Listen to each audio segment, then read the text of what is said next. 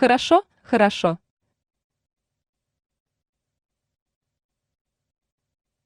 Давайте начнем. Всем добрый день. Меня зовут Флорин Бюлов, и я возглавляю отдел политики и взаимодействия в геологическом обществе. Добро пожаловать на 8-ю лекцию из серии, посвященной Году космоса под названием «Геология ледяных лун». Эта сверхпопулярная серия лекций позволяет нам многое узнать о горных породах нашей Солнечной системы. В этом году мы направляем наши взоры вверх, за пределы Земли, чтобы исследовать горные породы, пыль, газ и другие вещества во Вселенной, чтобы понимать формирование и развитие других планет и лун. Помимо публичных лекций, у нас фантастическая программа информационно-просветительских мероприятий и многих других конференций до конца 2021 года. Поэтому, пожалуйста, следите за нашими каналами в социальных сетях и информационных бюллетенях, чтобы получать больше объявлений о мероприятиях в течение оставшейся части года. Если вам понравится сегодняшняя лекция или другие лекции, загляните на наш веб-сайт, чтобы ознакомиться с полной программой, и зарегистрируйтесь, чтобы узнать больше. Следующая лекция у нас состоится 10 ноября с Вероникой Брей. Она будет рассказывать о геологии Плутона. Я также хочу особо отметить нашу выставку «Звездные врата», которая недавно завершилась во дворе Бурлингтонского дома. Если вы пропустили и хотели бы посетить выставку виртуально, то вам повезло, так как мы недавно запустили виртуальный тур на веб-странице выставки. И вы можете посетить ее, зайдя на наш специальный веб-сайт spasskps.glsac.org, UK. Если вы пропустили, мы опубликуем ссылку в чате Zoom и в чате YouTube во время выступления. Итак, сегодня я хотела бы поприветствовать Клэр Казинс, доцента по наукам о Земле в Университете Сент-Эндрюс и члена команды панорамной камеры для миссии марсохода Европейского космического агентства «ExoMars». Клэр расскажет нам о ледяных лунах, про их захватывающую геологию, про удивительные и неожиданные находки на этих телах. Если у вас возникнут какие-либо вопросы во время выступления, мы будем отвечать на вопросы в конце сеанса. Поэтому, пожалуйста, задавайте свои вопросы либо в поле вопросов и ответов Zoom, либо в чате на YouTube. Сегодня мы также проведем несколько опросов. Приносим свои извинения тем, кто смотрит нас через YouTube, что вы не сможете участвовать в них. Однако в Zoom, пожалуйста, участвуйте и попробуйте отгадать загадки Клэр. Итак, без дальнейших церемоний, я хотела бы передать слово Клэр. Она отправит нас в путешествие по ледяным лунам Солнечной системы некоторых планет-гигантов. Большое спасибо, Клэр. Это потрясающе. Большое спасибо, Флорин, за приглашение поговорить со всеми вами. И большое спасибо за то, что разделили со мной свой обеденный перерыв.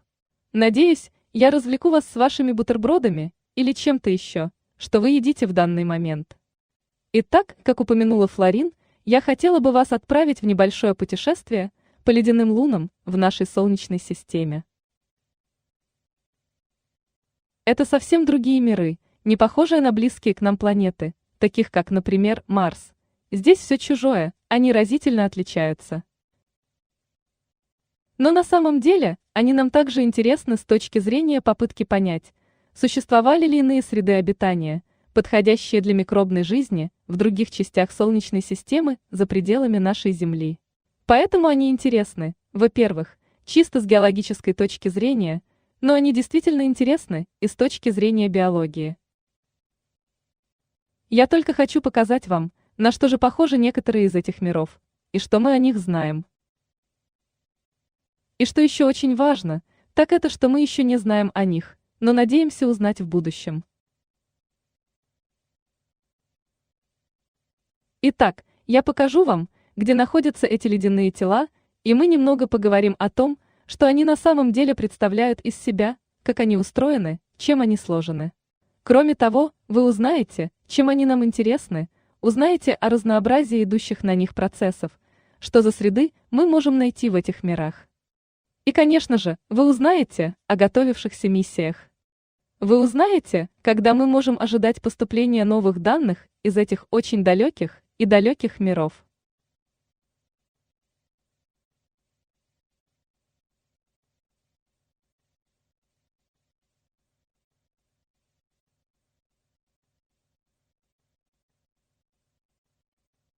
Итак, где же они находятся? Вот на экране схема нашей Солнечной системы. Вы можете увидеть здесь Землю, которая как бы парит здесь, рядом с Солнцем. А наши ледяные луны находятся далеко за пределами вот этого пояса астероидов, во внешней Солнечной системе.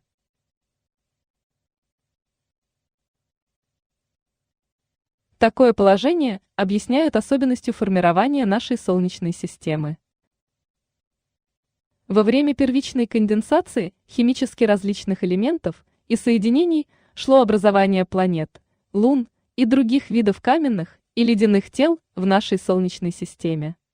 И в то же время во внешней части Солнечной системы было довольно холодно, что вело к образованию множества ледяных тел. И поэтому все наши ледяные луны приурочены ко внешней части нашей Солнечной системы. И поэтому мы не находим ледяных спутников ближе к Солнцу внутри пояса астероидов. Все они находятся во внешней части Солнечной системы. И все они обращаются вокруг больших газовых планет-гигантов – Юпитера, Сатурна, Урана и Нептуна. И их довольно много, и соответственно мы имеем множество различных миров на этих ледяных лунах. Итак, это подводит нас к первому опросу в Zoom, в котором, я надеюсь, вы примете участие. Если сравнивать с нашей местной окрестностью пространство вокруг Земли, то это очень отличающееся место во внешней Солнечной системе. И мне любопытно проверить вас на знание о том, сколько спутников у Юпитера.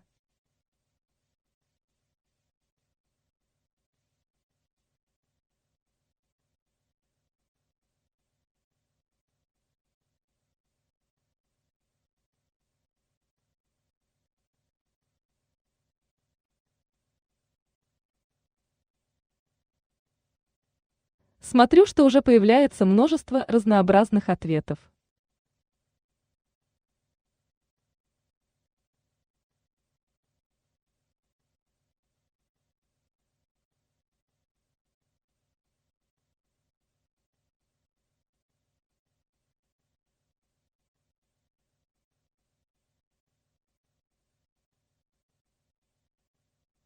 Итак, вы почти все ответили правильно. Потому что у Юпитера на самом деле очень много спутников.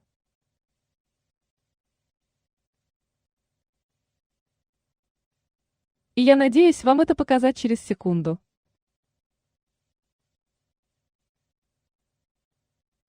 Флорин собирается заканчивать опрос.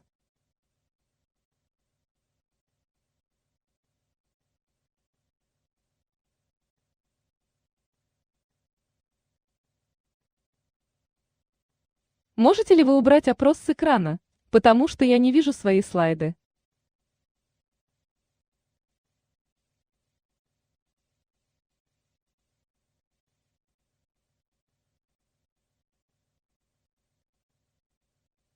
Или хотите увидеть результаты моего первого опроса?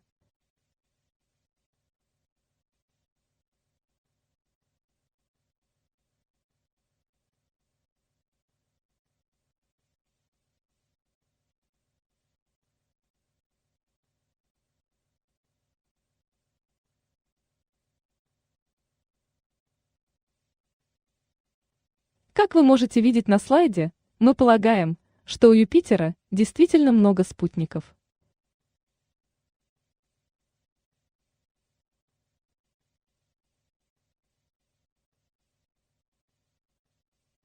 Сейчас их насчитывают 79 штук. Здесь совсем другая ситуация, чем та, с которой мы знакомы. Я имею в виду нашу Землю. Как вы знаете, у нас есть только наша единственная маленькая Луна, обращающаяся вокруг нас. Помимо всех этих различных лун Юпитера, у нас есть Сатурн с не меньшим количеством ледяных спутников. В этом районе мы обнаруживаем огромное разнообразие лунных ледяных миров, с которыми мы сейчас познакомимся.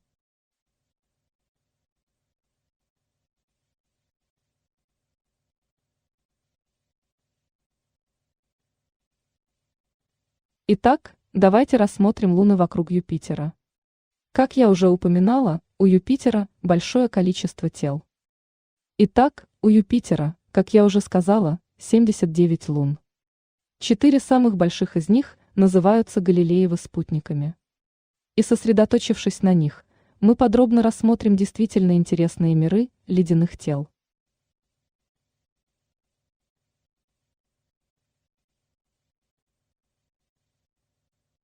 Вот как они выглядят. Поскольку рассмотрение других более мелких лун займет слишком много времени, сосредоточимся на этих 4 спутниках. Вот эти большие спутники, крупные Каллисто и Ганимед, Европа, которая чуть поменьше, а также Ио.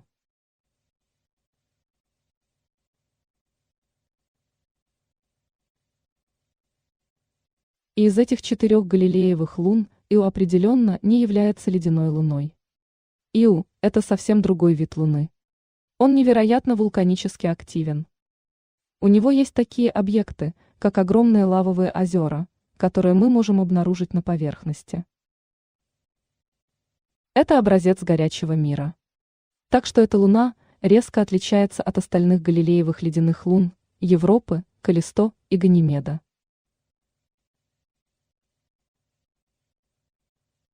Таким образом, уже даже среди этих 4 наиболее крупных тел наблюдается огромное разнообразие в геологии, геологических процессах и средах на поверхности.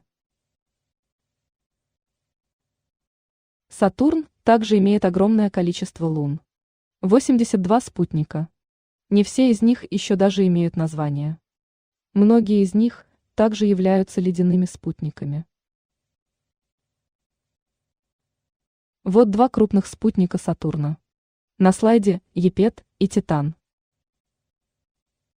Титан – это спутник, на котором я также остановлюсь намного подробнее, потому что он обладает очень странным и удивительным миром, сильно отличающимся от многих других мест в нашей Солнечной системе. Вот крошечный Энцелад, который хоть и крошечный, но могущественный. Это очень маленькая Луна. Ее диаметр примерно соответствует размеру Испании. Несмотря на это, на нем происходит множество действительно загадочных и удивительных явлений. Епет. Его из-за схожести неофициально называют звездой смерти. Так как по чистой случайности он немного похож на звезду смерти из «Звездных войн». Итак, у меня есть еще один вопрос для опроса в Zoom. Верно ли утверждение, что Земля – единственное место в Солнечной системе, где есть жидкая вода?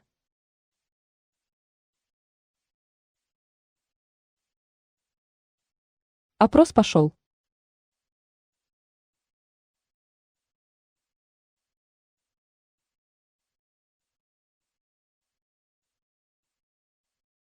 Хорошо.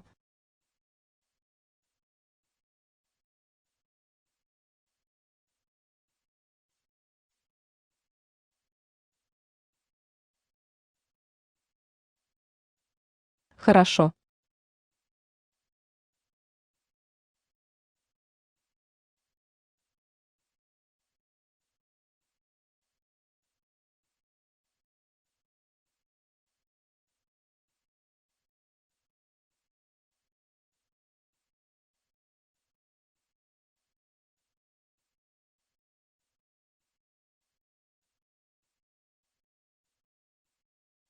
Итак, большинство из вас абсолютно правы, что это утверждение ложное. Земля – не единственное место в нашей Солнечной системе с жидкой водой. И знаете, что довольно забавно?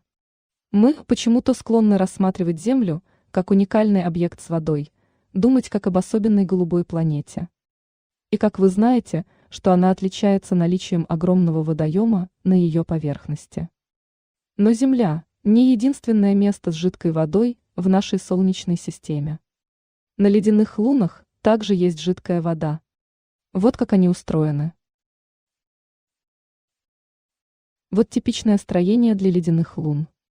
Но опять же, здесь определенный набор разных типов лун, которые мы обнаружили во внешней части Солнечной системы вокруг Юпитера и Сатурна. У этих разных ледяных лун есть общая базовая структура внутреннего строения. Наиболее крупный из лун – Ганимед. У него есть что-то вроде металлического ядра, которое, как и у Земли, окружено силикатным каменным слоем. Затем вокруг этого каменного слоя выше идет пачка из несколько перемежающихся слоев льда и жидкой воды, либо просто жидкой воды, либо просто льда с соответственно небольшими слоями льда и воды. Я также хочу уделить внимание важности положения самого океанического слоя, который находится либо зажатым между двумя слоями льда разных типов, либо между льдом и каменным слоем.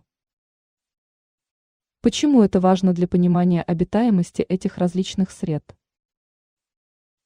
Вот здесь на изображении у нас показана Земля для масштаба. И по ней мы можем судить о размере этих ледяных лунных миров. Некоторые из них довольно внушительные, например, Ганимед и Титан, но большинство из них на самом деле очень маленькие. И как я уже упоминала, особенно значительны различия для очень маленьких лун. Итак, вот базовая структура ледяной Луны, как мы ее себе представляем. Это разрез Европы, которую я показываю в качестве примера. У нее есть металлическое ядро, есть силикатная внутренняя часть, а затем вокруг всего этого существует глобальный океан жидкой воды, который выше скрыт ледяной корой. И это строение тел довольно сильно отличается от строения тел во внутренней части Солнечной системы вокруг нашей Земли. Если сделать разрез через одну из этих ледяных лун, мы увидели бы следующую структуру. У нас есть ледяной коровый слой сверху, океан жидкой воды внизу, а ниже океан также взаимодействует с силикатным слоем под ним. Таким образом, мы можем представлять эти луны как гигантские мировые океанические бассейны, разбросанные во внешней части Солнечной системы. И именно поэтому мы плотно изучаем эти среды с вопросом, подходят ли они для микробной жизни. И опять же, если воспринимать нашу Землю как своего рода голубую планету, этакий водный мир, следует отметить, что на Земле содержится не так уж много воды относительно ее общего размера по сравнению с такими ледяными лунами. Если мы соберем всю воду, которая есть у нас в океанах, озерах, морях и реках, и сформируем из нее в единую каплю, то она выглядела бы примерно так. Не очень впечатляет, не правда ли? Так что, в реальности вода на нашей собственной планете представляет собой весьма тонкую пленку вокруг поверхности. В то же время, когда мы посмотрим на ледяные луны, то весь их относительный объем воды относительно всего объема тела в виде жидкой воды разительно больше. И поэтому нам следует воспринимать эти луны как своего рода внеземные океаны, целые настоящие океанические миры в нашей Солнечной системе, а не просто какие-то планетные тела. И как я уже упоминала немного ранее, нам нужно подробно изучить саму воду. Рассмотреть, как вода ведет себя в таких условиях, чтобы понять, действительно ли подходят такие среды океанического мира для жизни. Итак, я хочу сделать небольшой экскурс по самой воде. Вода – самое распространенное соединение во Вселенной. Вода состоит из водорода и кислорода. Я уверена, что вы знаете, что водород – первый, а кислород – третий по распространенности элементы во Вселенной. Таким образом, тот факт, что в нашей Солнечной системе есть тела с преобладающей океанической водной средой, не очень-то удивителен. Теперь вы осознаете, что воду можно обнаружить на самом деле везде. Это довольно распространенное соединение, встречающееся во многих обстановках. Так что неудивительно, что мы обнаружили такие океанские миры за пределами Солнечной системы. Но как ведет себя эта вода, особенно в замерзшем состоянии? Вот что нам действительно необходимо разобрать, когда мы изучаем структуру таких ледяных лун. Итак, если вы хотите разобраться в поведении воды, то стоит понять, как именно она образует различные формы льда, слагающие эти ледяные тела. Нам надо разобраться в этих процессах. У меня есть своего рода набросок фазовой диаграммы. И она показывает нам, как вода ведет себя в различных фазовых состояниях в зависимости от температуры и давления. Здесь, на Земле, мы все ежедневно сталкиваемся с этими процессами. Почти каждый день мы сталкиваемся с водяным паром, жидкой водой и твердым льдом. Эти условия на Земле соответствуют тройной точке фазовых переходов воды. Эти фазы вполне счастливо сосуществуют и переходят между собой друг в друга. Я хочу подчеркнуть, что именно из-за этого у нас есть ледяные полюса, есть океаны жидкой воды и водяной пар в облаках. Да и сами мы тоже участвуем в этих преобразованиях. В частности, соотношения этих фаз изменяются, когда мы кипятим чайник. У нас жидкая вода превращается в пар. Итак, все эти процессы нам довольно хорошо знакомы. И вот графическое представление этого процесса. Однако, в случае ледяных лун, мы имеем дело с невероятно низкими температурами. Во внешней части Солнечной системы очень и очень холодно. Кроме того, поскольку эти луны являются крупными телами, здесь довольно заметный рост с глубиной давления. Спускаясь от коры в недра ледяной луны, вниз к ядру, давление резко увеличивается. Извините, я потеряла голос. И по мере увеличения давления водяной лед превращается в необычные экзотические формы льда, которые на Земле из-за отсутствия столь высоких давлений нельзя даже обнаружить.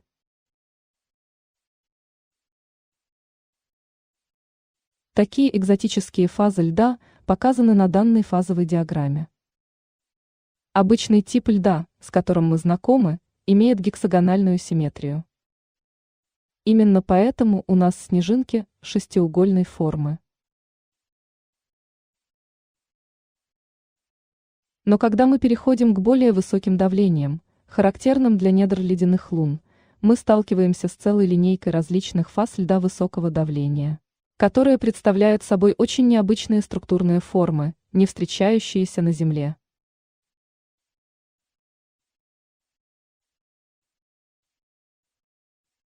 Однако эти виды льда вовсе не являются экзотикой для внешней части Солнечной системы. У них нет особенно интересных названий.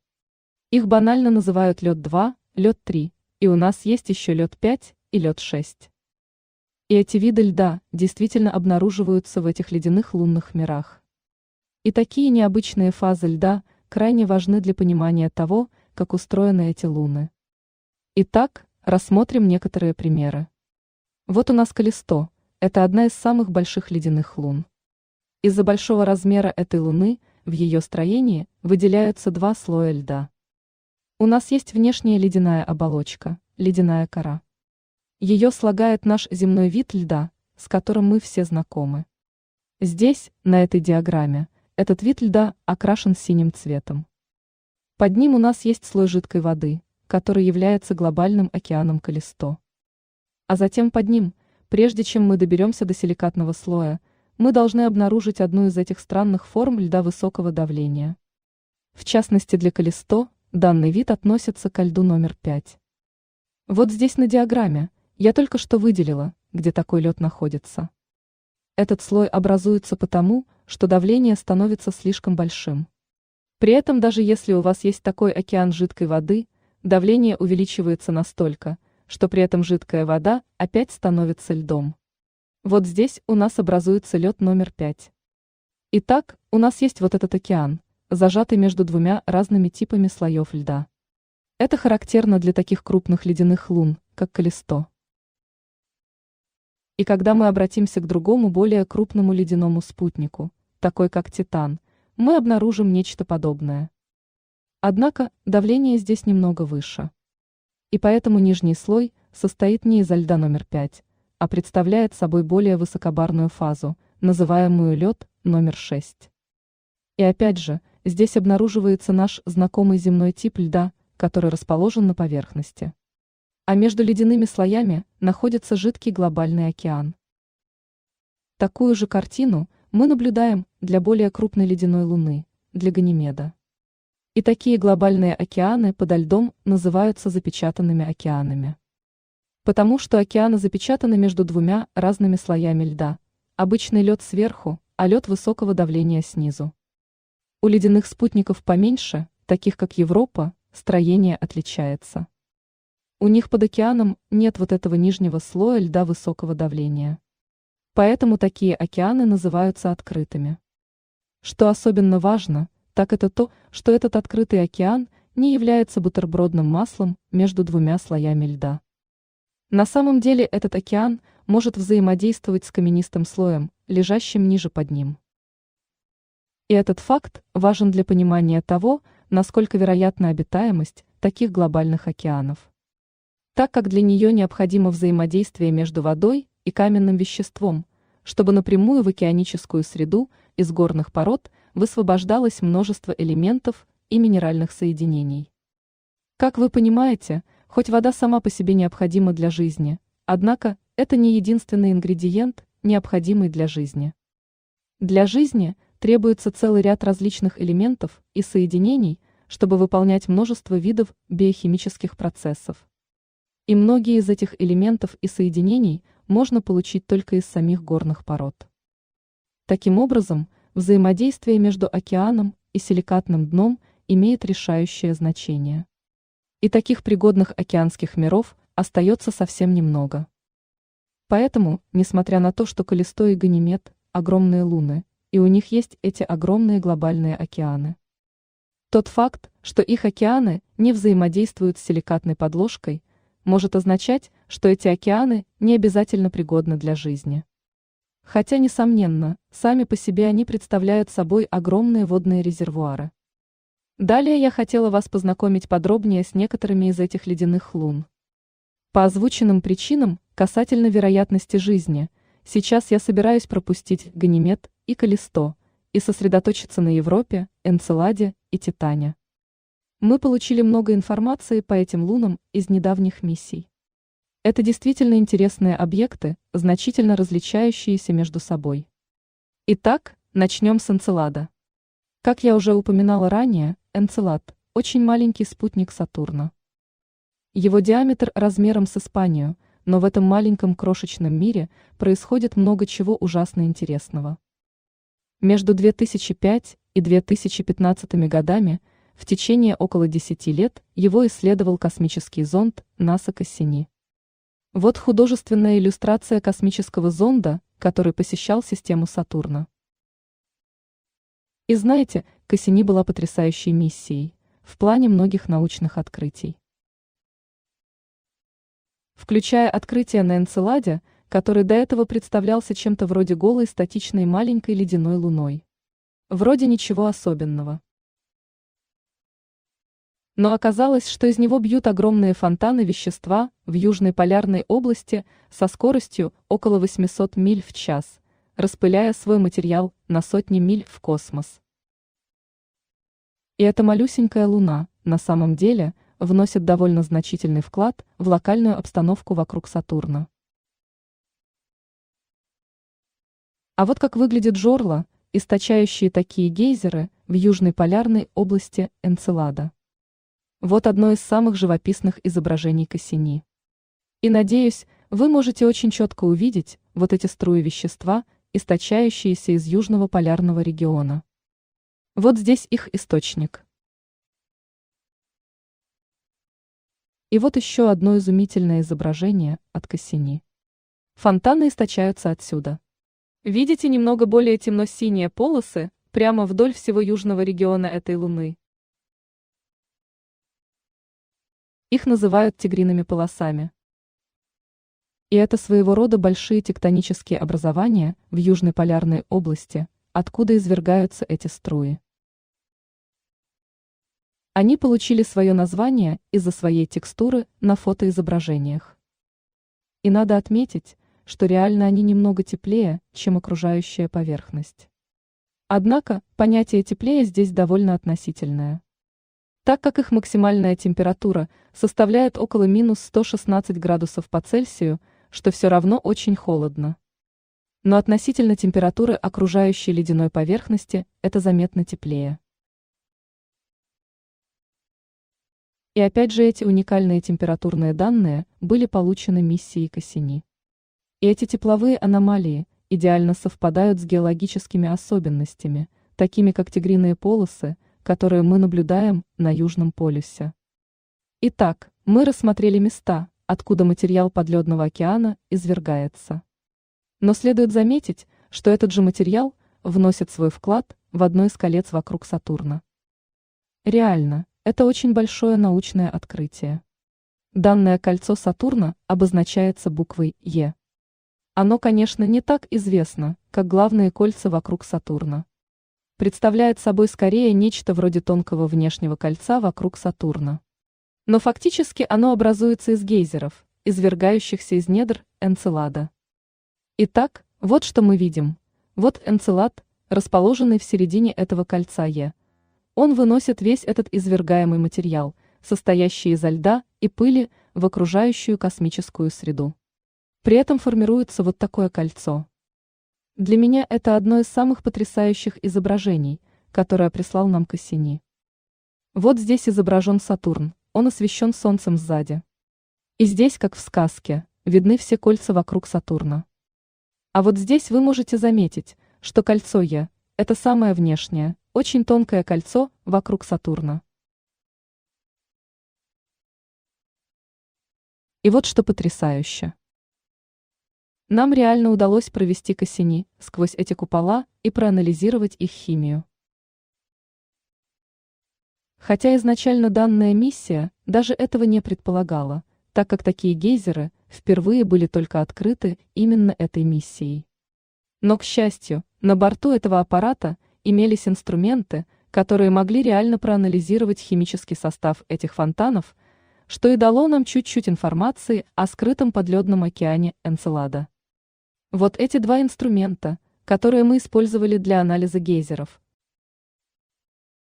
Анализатор космической пыли, а также газовый спектрометр для анализа химии различных составляющих в пределах этих куполов.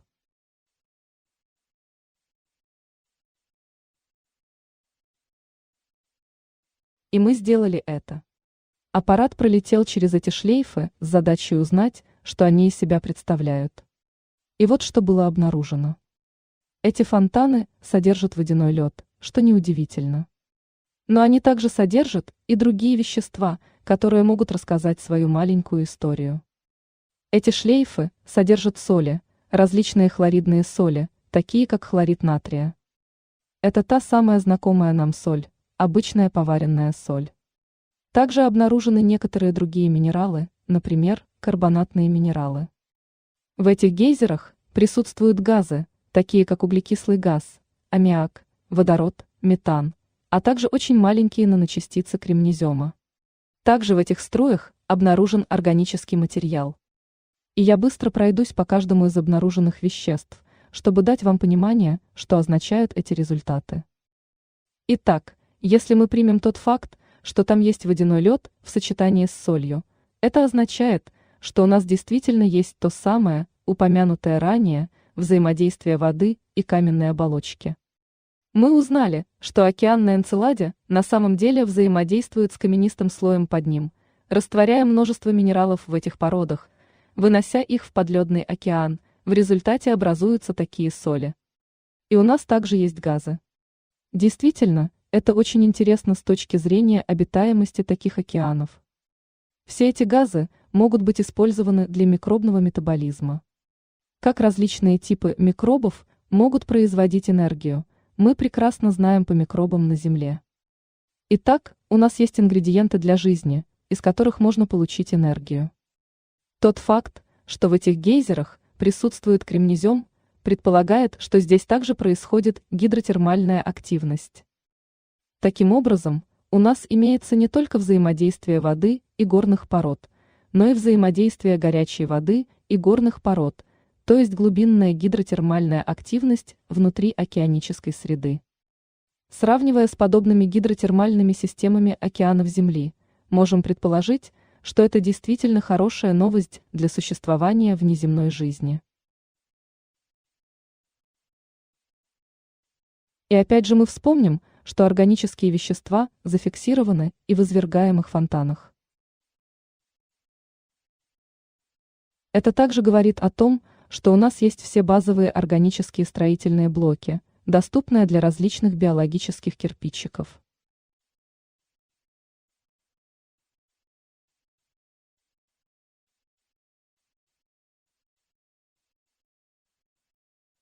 Как вы знаете, в океанах Земли есть не слишком отличающиеся подобные места.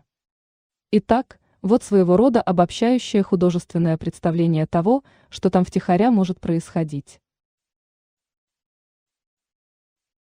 У нас есть глобальный океан под внешней ледяной корой, взаимодействующий со слоем горных пород. И там, возможно, также происходит гидротермальная активность, так как у нас есть кремнезем. Данный минерал формируется только если у вас есть высокотемпературное взаимодействие силикатов и воды. И самое замечательное то, что весь этот бурлящий суп затем выплевывается фонтанами в космос, так что мы его умудрились даже проанализировать. Но у нас остается все еще много вопросов об Энцеладе. Нам еще предстоит разобраться, что за жизнь может развиваться в таком холодном, с высоким pH, щелочном океане. Непонятно еще, достаточно ли источников химической энергии для поддержания жизни. Это вопросы, на которые нам нужно найти ответы. И с научной точки зрения, если в океане Энцелада присутствовала бы микробная жизнь, то мы смогли бы ее зафиксировать в извергаемых крупицах. Ведь органические остатки микробной жизни могут быть запечатаны в ледяных зернах, вылетающих из гейзеров Энцелада. Вот как много мы узнали об Энцеладе благодаря миссии Кассини. И этой информации даже больше, чем мы знаем о других ледяных лунах. Далее вкратце, я хочу вас познакомить с Европой, а затем с Титаном. Итак, вот Европа. Она находится в системе Юпитера. Исследования Европы начаты очень давно. Ее исследовала миссия Галилео, которая работала у Юпитера с 1995 по 2003 год. И опять же, как и Кассини, эта миссия дала нам огромное количество информации о Солнечной системе и ее внутренних мирах. Европа действительно прекрасна. Когда мы разглядываем эти удивительные изображения поверхности Европы, в глаза бросаются вот такие перекрещивающиеся, очень изломанные борозды на внешней ледяной оболочке Европы. И мы также различаем вот такой красноватый материал. Часть материала, похоже, подчеркивает некоторые тектонические черты. И то, что мы здесь видим, на самом деле представляет собой довольно молодую поверхность. Здесь нет такой поверхности, изрытой ударными кратерами, как, например, на нашей Луне. Так что здесь явно происходят какие-то процессы, вероятно, связанные с криовулканизмом. Вероятно, это следы извержения водного подледного океанического материала сквозь ледяную кору. И тем не менее, это не совсем то, что мы наблюдали на Энцеладе. И весь этот красноватый материал на Европе – предмет острых дебатов внутри научного сообщества касательно его природы. Скорее всего, это солевые отложения. Так что опять у нас появляются соли из подледного океанического вещества. Считается, что красная окраска солей связана с воздействием очень высокой радиации вокруг Юпитера. Радиация действительно может менять цвета этих солей. Была даже проделана экспериментальная работа, чтобы показать, как этот процесс происходит. Опять же, мы рассматриваем ситуацию, когда у нас есть ледяная оболочка, скрывающая океан под ним. Океан, вероятно, соленый. И поэтому, по крайней мере, у нас есть некоторые ингредиенты, которые жизнь могла бы использовать. И далее такой материал извергается на поверхность, образуя все эти невероятные черты рельефа. Но на самом деле мы не так уж много знаем о Европе. Это своего рода красивая схема, составленная НАСА, чтобы как-то идеализировать то, что может происходить на Европе. Все это только гипотеза. Мы не знаем наверняка, как на самом деле все происходит. Мы знаем, что поверхностная среда подвергается радиационному облучению Юпитера. И у нас есть этот красноватый, своего рода соленый материал, отложенный на поверхности ледяной коры.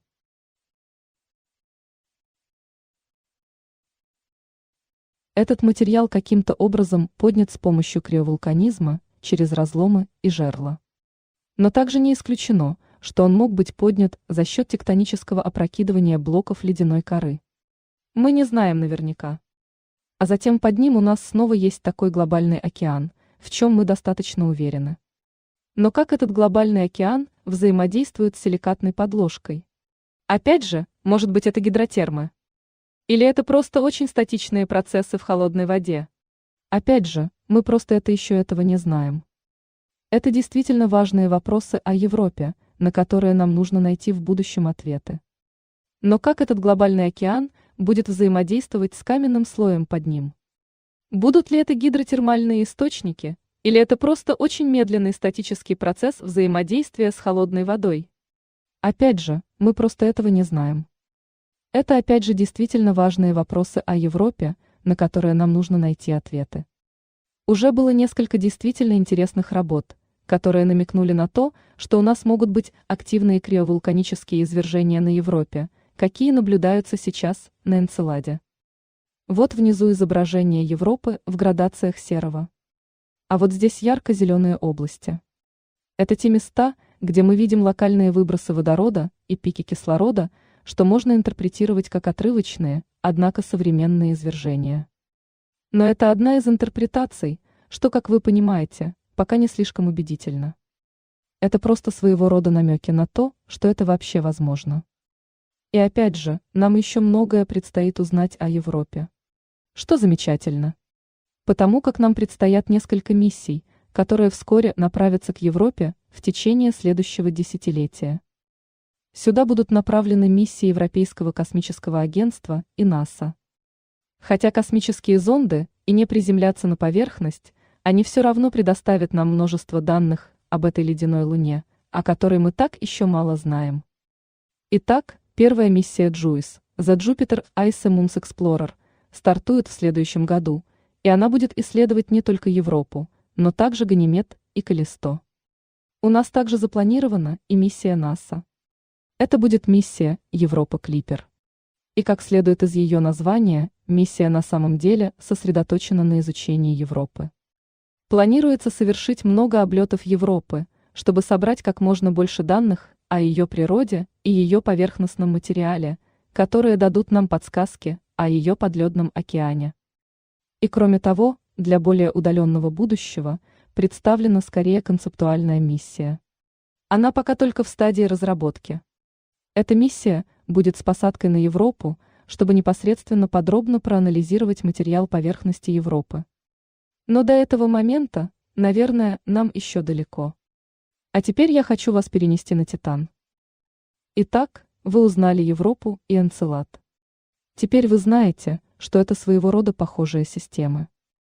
Где у нас есть океан жидкой воды, взаимодействующий с нижним каменистым слоем и покрытый слоем льда, потенциально с выносом нижнего материала на поверхность. Однако Титан – это совсем другой мир. Во-первых, он намного больше. Он относится к тем самым большим ледяным лунам с запечатанными скрытыми океанами. И поэтому, вероятно, его жидкий водный океан не взаимодействует с силикатной оболочкой под ним.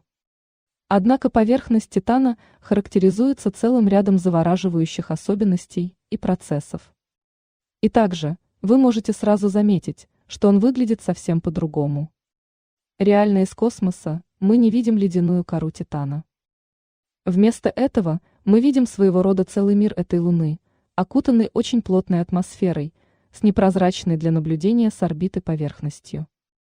И для наших невооруженных глаз при подлете к Титану предстала бы следующая картина.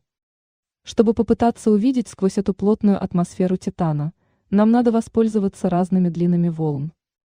Итак, мы можем получить изображение поверхности в искусственных цветах, полученное с помощью невидимых глазу, немного различающихся длин волн, проходящих через атмосферу.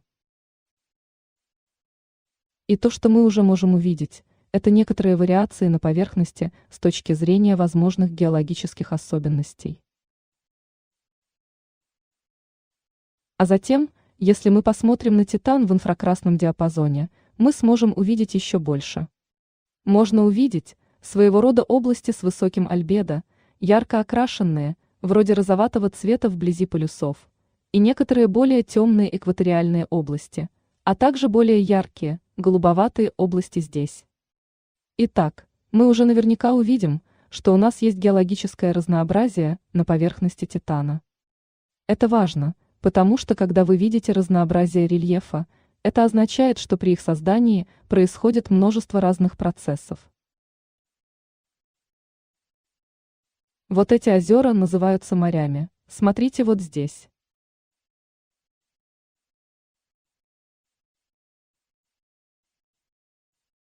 У них разные имена. И они огромные.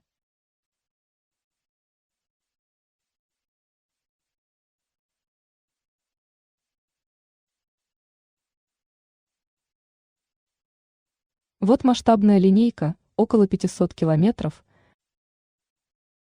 Они сравнимы с великими озерами Северной Америки. И все они находятся в этой северной полярной области Титана. Эти озера действительно вызывают интерес. Вы можете выделить много хорошо знакомых нам особенностей рельефа, древообразные долин, подпитывающие эти озера. Однако эти озера отличаются от озер Земли. На Земле мы воспринимаем наши озера как водоемы с жидкой водой. Тогда как на Титане озера на самом деле заполнены жидким метаном и другими углеводородами, так как это очень и очень холодный и далекий мир, сильно отличающийся от нашего. Вот почему Титан так интересен. Помимо того, что это просто ледяная луна, это действительно богатый органикой мир. Он очень необычен. На его поверхности очень низкая температура. Это означает, что на поверхности отсутствует жидкая вода.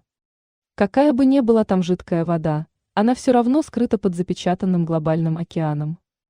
Но атмосфера тоже вызывает интерес. Его атмосфера, возможно, очень похожа на атмосферу ранней Земли, сформировавшейся несколько миллиардов лет назад. У Титана, как и у нас, есть богатая азотом плотная атмосфера. Но вместо круговорота воды, как на Земле, здесь наблюдается круговорот метана из-за экстремального холода. Но тем не менее, можно обнаружить очень много схожих характеристик. И нам очень повезло, что у нас есть данные с поверхности Титана. Хотя они были получены довольно давно, в 2005 году. В рамках миссии Cassini к Титану был отправлен посадочный модуль Гюйгенс. И он пролетел сквозь атмосферу вниз на этом парашюте и приземлился на поверхность Титана. При его спуске были получены потрясающие данные. Но опять же очень неоднозначные, поскольку данные поднимают еще больше вопросов, чем дают ответы уже заданным.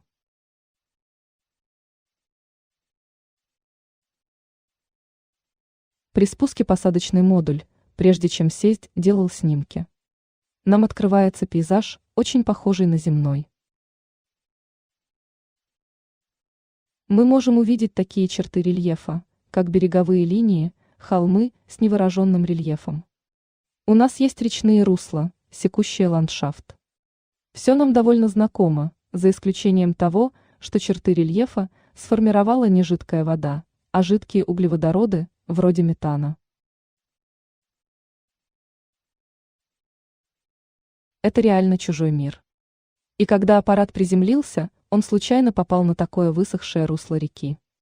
И опять же мы можем выделить знакомые нам особенности, такие как вот эти округлые булыжники, в этом русле реки. Но это не каменный материал, это округлые булыжники изо льда. Просто это совсем другая система. И когда мы рассматриваем атмосферу Титана, тогда все становится очень замысловатым. Действительно, мы понятия не имеем, что там реально происходит. Здесь происходит множество необычных химических процессов. И опять же, многие из них могут дать нам подсказки об условиях на нашей ранней Земле. Эта картинка показывает сравнительный разрез атмосфер Земли и Титана. И опять же, в обоих этих мирах у нас имеется богатая азотом атмосфера. Однако по некоторым более мелким составляющим атмосферы разница очевидна.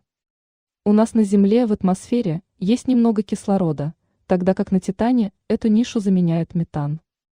Температуры, конечно, сильно различаются.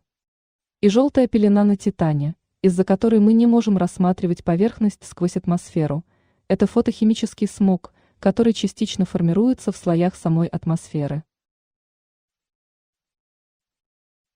Именно из-за этого смога формируется много дождей, которые выпадают на поверхность Титана.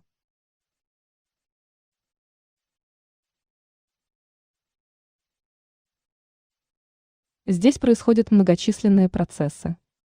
О некоторых из них мы просто ничего не знаем из-за очень сложной органической химии. Но именно эти реакции производят эту органическую дымку Титана, придающую ему желтый цвет. Большая часть этой химии управляется солнечным светом, но также и энергетическими частицами из самой магнитосферы Сатурна. И это вызывает множество реакций органической химии в верхних слоях атмосферы. В результате реакций получаются более крупные органические соединения, которые потом выпадают дождем на поверхность Титана. И еще один объект с этим связанный, который выглядит довольно круто. Это огромные дюны, которые мы видим на Титане. Они настолько громадные, что видны на снимках в виде такой ряби на поверхности. Вот изображение Титана, а вот изображение крупным планом. Впечатляет их массивность. Они примерно 100 километров в ширину. Так что это действительно большие горные системы. И считается, что они произведены большим количеством этого органического материала, выпадающего из атмосферы на поверхность. Но опять же, это все довольно спекулятивные интерпретации наблюдаемых особенностей рельефа. И как я упомянула, что этот слой дымки Титана, эта органическая пелена, может нам дать представление о том, что существовало на нашей ранней Земле, примерно 3,5–4 миллиарда лет назад. Титан действительно может помочь нам понять наши собственные планеты в эволюции нашей планеты с самых ранних дней, когда у нас действительно была атмосфера, сильно отличающаяся от той, что мы имеем сегодня. Так что это своего рода двусторонняя информация. Мы можем использовать нашу Землю, чтобы понимать такие очень чуждые миры. Но в то же время эти чужие миры являются своего рода маленькими окнами в процессы, которые происходили на Земле давным-давно. И мы можем проделать и другие сравнения Земли и Титана с той же целью. Потому что нами получены эти просто потрясающие изображения. И довольно интересно обнаружить некоторые из процессов, происходящих на Земле, где-то так далеко, в таком чужом мире, как Титан. Вот здесь слева изображение, показывающее вот эти полярные облака на Титане. Это тонкие ярко-оранжевые облака, которые мы можем видеть в атмосфере Титана. И они очень похожи на полярные облака, которые увидим на Титане. Это будут углеводородные облака, конечно же, в отличие от Земли. На Земле у нас водяные облака. Однако фактические процессы и то, что они производят, на самом деле очень сходны. Хотя надо помнить, что химия этих миров очень различается. И, конечно же, один из самых больших вопросов по Титану, и учитывая то, что он настолько отличается, что он покрыт этим таким набором жидких органических сред, таких как метановые озера и тому подобное, возможно ли известная нам жизнь на основе углерода на Титане? И пока мы не знаем ответа. Мы не знаем, будут ли биомолекулы, составные элементы жизни, стабильными в такой среде. Будет ли там достаточно для них питательных веществ? И будет ли подходить химия для метаболизма питания и производства энергии? И это, вероятно, единственный мир в нашей Солнечной системе, где жизнь реально должна быть совершенно отличной от той, с которой мы знакомы здесь, на Земле. Когда мы рассматриваем такие места, как Энцелад и Европа, мы осознаем, что это в конечном счете миры, основанные на воде. А как вы знаете, для миров с жидкой водой характерно взаимодействие воды и горных пород с очень сходными типами химических реакций. Очень похожие места мы находим и здесь, на Земле. Поэтому вероятная жизнь была бы очень схожей с нашей, если бы она когда-либо существовала там. Однако на Титане это совсем другой мир, с совсем другой химией и с совсем другим набором процессов. Это где-то, где жизнь на самом деле потенциально была бы совсем другой, если бы она когда-либо существовала там. У нас запланирована миссия на Титан с целью более подробного изучения этого мира в 2027 году под названием Dragonfly, в переводе «Стрекоза». И это будет действительно крутая миссия, в том числе и с инженерной точки зрения. В ней будет использоваться беспилотник. Для перемещения всей своей полезной нагрузки впервые будет использоваться плотный слой атмосферы Титана, по сути, полет. Планетарные исследования – это долгосрочная вещь, миссия начнется в 2027 году, прибытие будет примерно в 2034 году. И поэтому пройдет довольно много времени, прежде чем мы действительно получим новые данные о Титане из этой миссии. Но, конечно, это будет первый вид транспортного средства в космосе для изучения чужого мира, который способен доставлять всю свою полезную нагрузку во множество различных мест для анализа множества разных сред и материалов. На самом деле это будет захватывающая миссия. Она продлится всего 3 года. В миссии будут исследоваться все эти загадочные объекты, такие как эти органические дюны, будут исследованы днища ударных кратеров, все эти перечисленные различные среды, которые мы выделили на этих изображениях. Особый приоритет – это инструментальное измерение химии органических соединений, существующих на поверхности Титана. Неизвестно, увидим ли мы свидетельство существования пробиотической химии, или той химии, которая в конечном итоге привела к возникновению жизни здесь, на Земле. Увидим ли мы примеры того, как жизнь на Титане развивалась по сценарию нашей ранней Земли. И опять же, миссия, возможно, даст подсказки о том, как на самом деле возникла жизнь на нашей собственной планете. Так что мы ожидаем много действительно захватывающих открытий в этой предстоящей миссии. Итак, чтобы подвести итоги. Я просто напомню вам, что мы рассмотрели всего лишь несколько из множества лун, которые есть у нас во внешней части Солнечной системы. Эти луны либо состоят изо льда и силикатов, либо в них есть еще настоящий океан. И в этих разных лунных средах присутствует огромное разнообразие сред, и все они невероятно нам интересны. Их изучение займет много времени. Но каждый раз, когда у нас осуществляется миссия куда-то, мы всегда открываем что-то действительно совершенно новое и весьма захватывающее. Так что просто следите за тем, что произойдет в ближайшие несколько десятилетий. На этом я закончу. У меня был еще один вопрос для опроса. Теперь, после того, как мы познакомились с этими мирами, куда, по вашему мнению, мы должны отправить астробиологическую миссию в поисках доказательств жизни?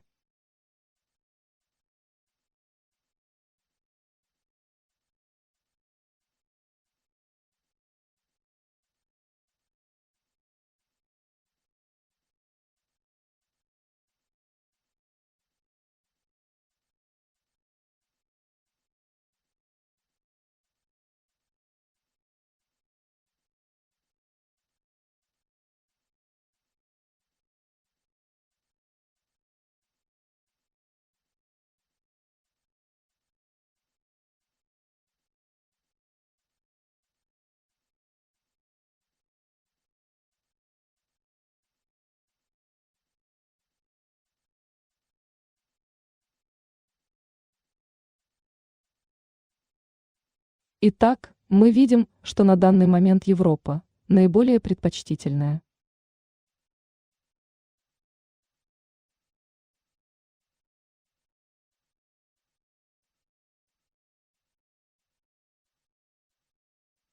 Хорошо, мне всегда очень интересно задавать этот вопрос.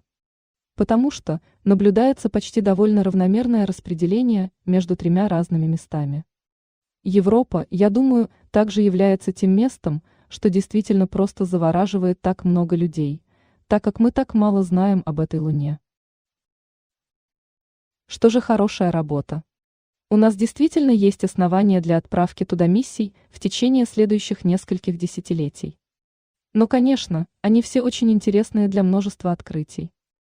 Блестяще. Ладно, на этом я закончу и с радостью отвечу на любые ваши вопросы.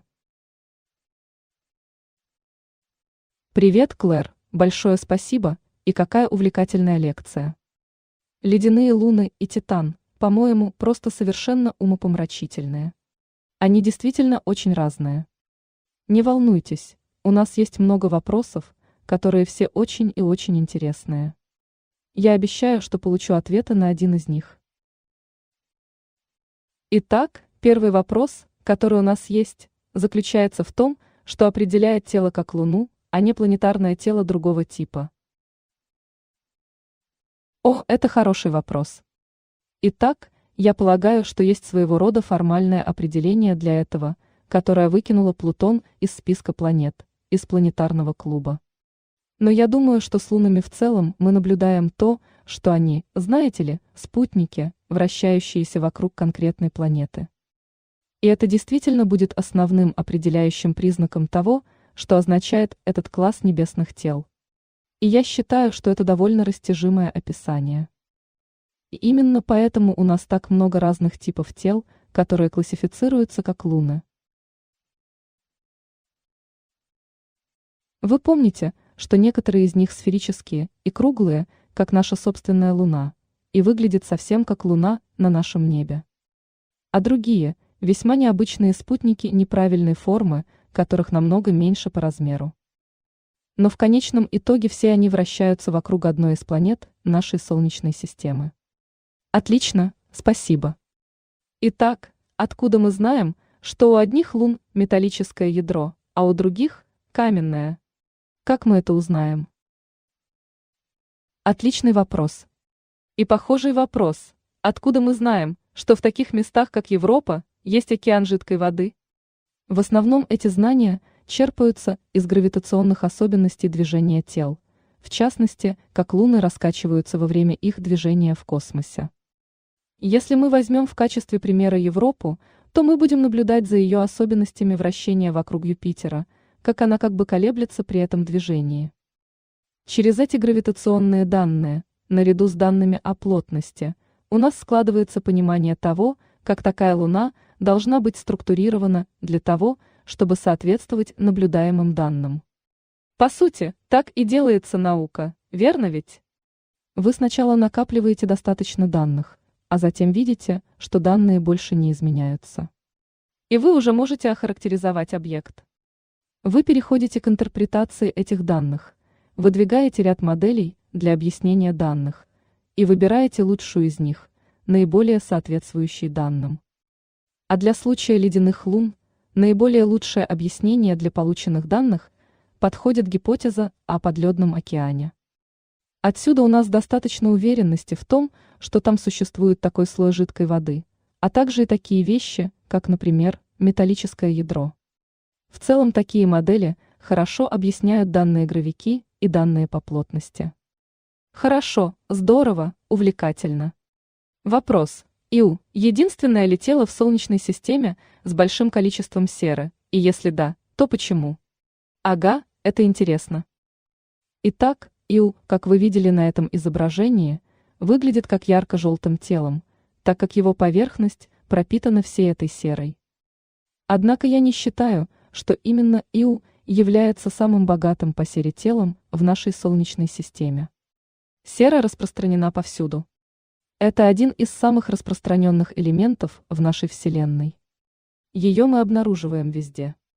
Например, Одна из идей касательно Европы заключается в том, что океан Европы в действительности имеет сильную обогащенность сульфатами или серой. И у нас здесь, на Земле, тоже много серы. И я полагаю, что в случае с Иу серы много, просто потому, что она чрезвычайно вулканически активна. Потому что Иу постоянно как бы сжимается Юпитером, и это причина, что заставляет так много тепла выделяться на Иу и после вызывать вулканизм. Поэтому я полагаю, что это только на первый взгляд кажется, что этот мир очень богат серой. Однако мы обнаруживаем серу и в других местах. Хотя, конечно, я не знаю наверняка, действительно ли это самое сернистое место. Хорошо. У нас есть несколько вопросов о различных видах льда на Энцеладе. Итак, является ли лед на единицу менее плотным, чем вода? И знаем ли мы что-нибудь о давлении, при котором могут образовываться другие слои льда? Какие выводы об этом мы можем получить из этой информации?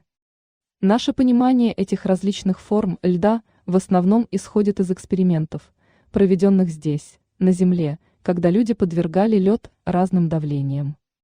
А затем смогли проанализировать полученный лед в лаборатории и выяснить, какова структура льда. И мы получили разные формы льда, такие как лед 2, лед 3 и так далее. С точки зрения понимания того, как это происходит в ледяной луне, в какой обстановке, то мы знаем размер этих ледяных лун, мы знаем их плотность. И у нас есть множество разумных предположений о том, как эти разные слои расположены внутри ледяной луны.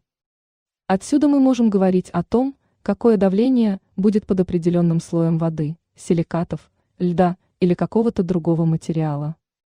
И тогда мы сможем взять известное или расчетное давление, присутствующее на данной ледяной луне, и определить, какая именно фаза льда должна быть на этой глубине. Я хочу сказать, что насколько поразительно, что вы можете провести такие эксперименты на Земле и применить их результаты. О, это потрясающе! Итак, в связи с этим, у кого-то возник вопрос о том, почему жидкая вода зажата между двумя слоями льда. Почему она не дышит прямо сейчас? Это действительно хороший вопрос. И поэтому давайте посмотрим, например, на Европу. Европа обращается вокруг Юпитера и немного похожа на Иу. Из-за гравитационного воздействия сверхмассивного Юпитера она также постоянно как бы сжимается и разжимается во все стороны. Юпитер оказывает очень сильное гравитационное воздействие на все свои спутники. И отметим, как устроена орбита Европы. Европа примерно находится на специфичном расстоянии, которое называется резонансной орбитой. На этой орбите Европа подвергается устойчивому сжиманию и разжиманию всего тела, а эти деформации генерируют много тепла. И это одна из причин, почему у нас на Европе, опять же, тепловой поток немного выше. Я имею в виду температуру этих жидких слоев воды, хотя она не такая уж теплая на самом деле. Вы знаете, что слой жидкой воды характеризуется определенным диапазоном температур и давлений. Здесь это будет примерно 2–1 градус Цельсия или что-то в этом роде. Так что будет весьма холодно. Насчет холодных океанов, будут ли они однородными или стратифицированными? И если они стратифицированы, существуют ли окислительно-восстановительные условия, идеальные для жизни? Это красивые, хорошие вопросы. Как здорово, ребята, что у нас сегодня хорошая аудитория. Это круто. Да, нет, я думаю, да, это действительно хороший вопрос. Скорее да, так как мы видим в наших земных океанах, на Земле, много разных стратифицированных слоев на основе солености температуры. И это управляет всеми нашими океанскими течениями и циркуляцией и всем остальным. И да, это действительно интересный вопрос, чтобы подумать над ним. Действительно ли у нас была бы такая стратификация, основанная на химическом составе, или температуре, pH, окислительном потенциале, или на основе чем-то еще? И я полагаю, что такое вполне возможно, в зависимости от того, от чего мы будем отталкиваться. Например, если у нас есть гидротермальная активность, которая представляет собой высокотемпературный процесс, действующий в коре, тогда у нас будут локальные области более высоких температур. Высокотемпературная вода будет взаимодействовать с водой более низкой температуры, так что у нас будет какая-то стратификация. На Европе одно явление, которое действительно впечатляет. Оно заключается в том, что из-за большого количества излучения, исходящего от Юпитера, происходит фактически разрушение молекул воды в ее ледяной верхней оболочке, и высвобождаются окислители, попадающие ниже в океан.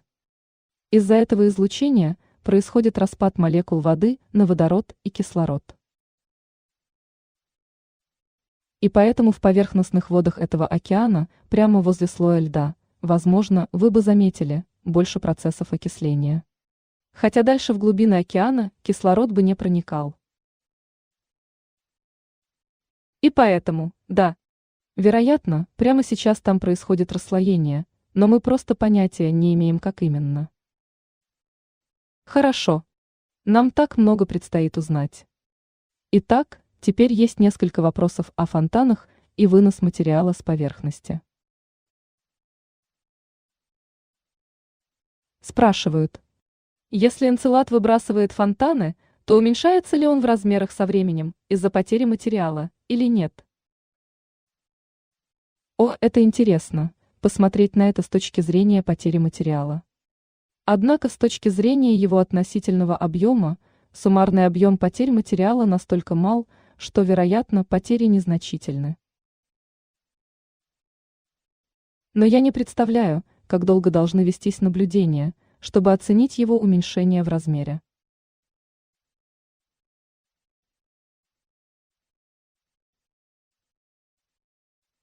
В конечном счете, конечно, из него постоянно изымается материал. Для Европы, которая также теряет материал, но не так много, она тоже могла бы способствовать образованию колец вокруг Юпитера. Не такого явного. Нет, я не думаю, что вокруг Юпитера есть какие-то кольца, связанные с этим. Но возможно ли это сделать такое кольцо? Это вопрос с подвохом. У нас есть еще один похожий вопрос о веществе. Заметен ли обмен материала между лунами, и имеет ли это какое-то значение? Попадает ли какой-либо материал СУ на орбиту Европы, Ганимеда или любого другого тела, или все они просто полностью отделены друг от друга?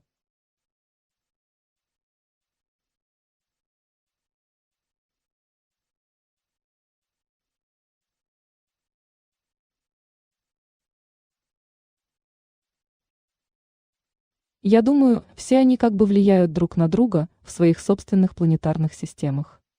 Например, с Европой, которая вращается вокруг Юпитера. У нас также есть Иу.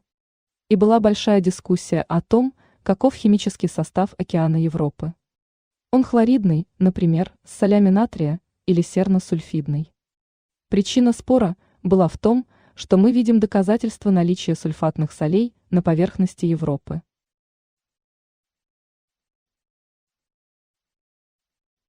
И главный вопрос заключался в том, что это происходит снизу.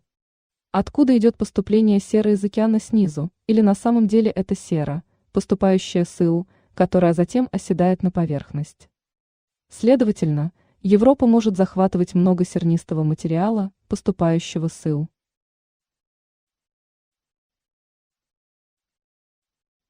Это большой вопрос. Является ли эта сера на Европе экзогенной с Иу?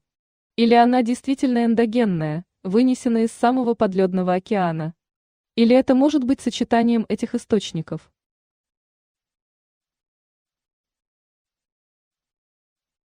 Да, Иу почти наверняка влияет, по крайней мере частично, на химию, которую мы наблюдаем на поверхности Европы. Получая эндогенный материал с Иу. На Европе он получается одновременно экзогенный и эндогенный.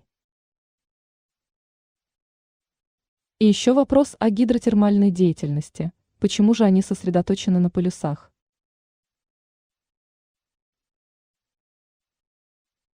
Это хороший вопрос. Мы не знаем. Я не слишком уверена. Есть множество вещей, связанных с нюансами того, как эти разные луны формировались. Ведь, например, Земля является однородной планетой, и мы видим множество различных процессов, происходящих повсюду. Однако почему у нас есть определенные тектонические особенности в определенных местах? Я полагаю, это просто из-за естественного неоднородного хода формирования этих лун. И просто так получилось, что Южный полярный регион – это то место, откуда мы действительно видим эти гейзеры, но я не знаю точных ответов на этот вопрос. Хорошо, у меня есть еще парочка вопросов о Европе, прежде чем мы перейдем к Титану. Итак, один вопрос. Может ли соленая вода индуцировать собственное магнитное поле? Не могли бы вы уточнить, происходит ли этот процесс на таких некоторых лунах, или ваше понимание этого процесса?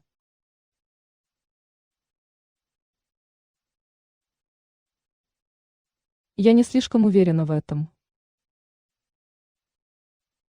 Я имею в виду, конечно, что вокруг Европы есть радиационная среда из-за чудовищной магнитосферы Юпитера. Поэтому я полагаю, что все говорит о том, что Европа генерирует собственное магнитное поле, взаимодействующее с внешним юпитерианским. И, конечно, это может указывать на металлическое ядро в центре тела. Точно так же, как Земля обладает собственным магнитным полем. Это все связано с металлическим ядром в центре. Поэтому у нас на этих телах есть магнитное поле. Насчет остального я не слишком уверена.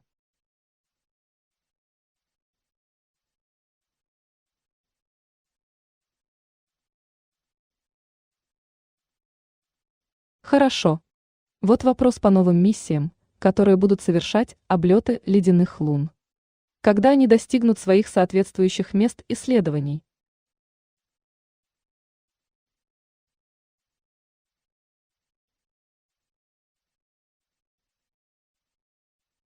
Даты меняются. Они немного меняются во времени, в зависимости от того, как продвигается разработка миссии и прочих причин, таких как нахождение конкретного окна, удобного для запуска. Насчет Европы – это миссии JUICE и Европа Клипер. Запуск JUICE запланирован на Пасху в 2022 году. Европа Клипер, миссия НАСА, будет запущена в 2024 году. Я на самом деле не помню, сколько времени им потребуется, чтобы добраться туда. Это займет довольно много времени. Я знаю только, что Клипер доберется туда раньше, чем JUICE, так как он использует другую технологию космического двигателя. Полагаю, речь идет о порядке 6-7. Да, это довольно долгое путешествие.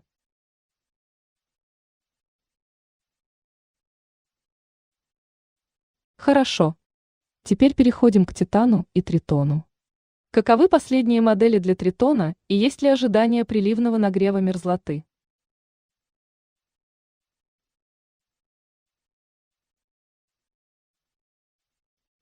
К сожалению, я почти ничего не знаю о Тритоне, мне очень жаль. Тритон – тоже очень интересный мир, ледяной спутник Нептуна. Может быть, Вероника Рэй на следующей неделе сможет ответить на этот вопрос.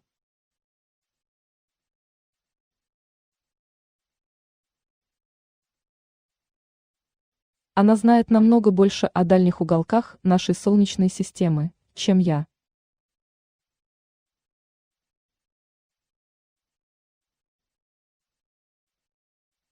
Может, я приберегу этот вопрос для нее, ладно? Настройтесь на ее лекцию. Как вы считаете, может ли быть жизнь в воде или жидкости на дне озер на Титане? Что же, это действительно большой вопрос. И все зависит от нашего понимания химии жизни и от того, как она поведет себя в совершенно другом растворителе. Итак, как вы знаете, вся жизнь на Земле основана на воде, верно? Смотрим ли мы на экстремофильные микроорганизмы, или на себя, или на любой другой тип формы жизни между нами, у всех в основном одинаковая биохимия.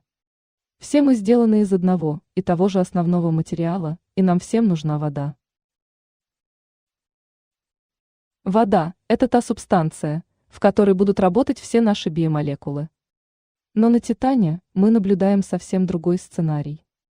Есть ли какая-нибудь жидкая вода на поверхности Титана? Это, я думаю, нам все еще нужно будет понять. Возможно, на дне этих водоемов, например. Но я полагаю, что в целом они, вероятно, будут просто углеводородными озерами. И поэтому нам необходимо изучить необычную область биохимии, которая возможна в таком органическом растворителе. Так что есть о чем подумать, когда вы заливаете подобный растворитель в свою машину. Например, задумайтесь о том, что если в качестве растворителя будет вовсе не вода. И именно для этого проводится множество экспериментов на Земле, чтобы нам действительно в этом разобраться. И по сути это относится к области органической химии, где мы пытаемся понять, какие именно странные экзотические биомолекулы могут быть стабильными в такой среде, а какие могут и не быть.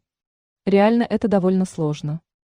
Особенно поиск того, что действительно могло бы включать в себя то, что вы смогли бы назвать клеточным биохимическим механизмом, который будет работать в таком процессе. Я лично очень хотела бы увидеть, как выглядит метановое озеро.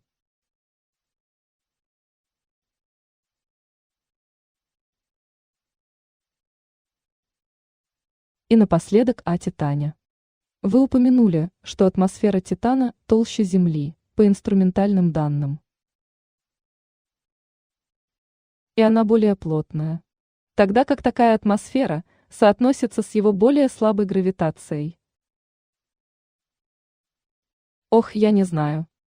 Я не слишком уверена в вопросе о гравитации Титана.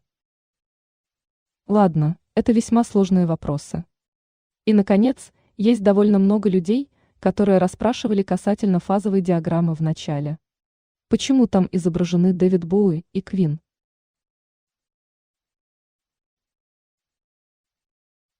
Да, вместо того, чтобы показать вам, что вы и так знаете, я пыталась найти различные фазовые диаграммы для льда.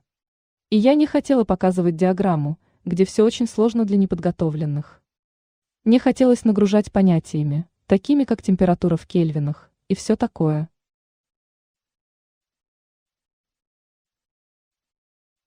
И поэтому я подумала, что покажу картинку, которая сделает ее для публики чуть более понятной. И да, на ней есть Дэвид Боуи и Квин. Они нужны, чтобы объяснить сильное давление в глубинах. Вы верно подметили. Что же, большое спасибо, Клэр. С радостью. Большое спасибо за то, что вы меня прослушали. Извините, что я немного запуталась. Ледяные луны выглядят очень эффектно, настолько завораживают с самого начала. Я думаю, что это все. Вглядывайтесь в космос. По сути, мне кажется, большую часть времени я произносила, что мы ничего не знаем. И это также делает его притягательным.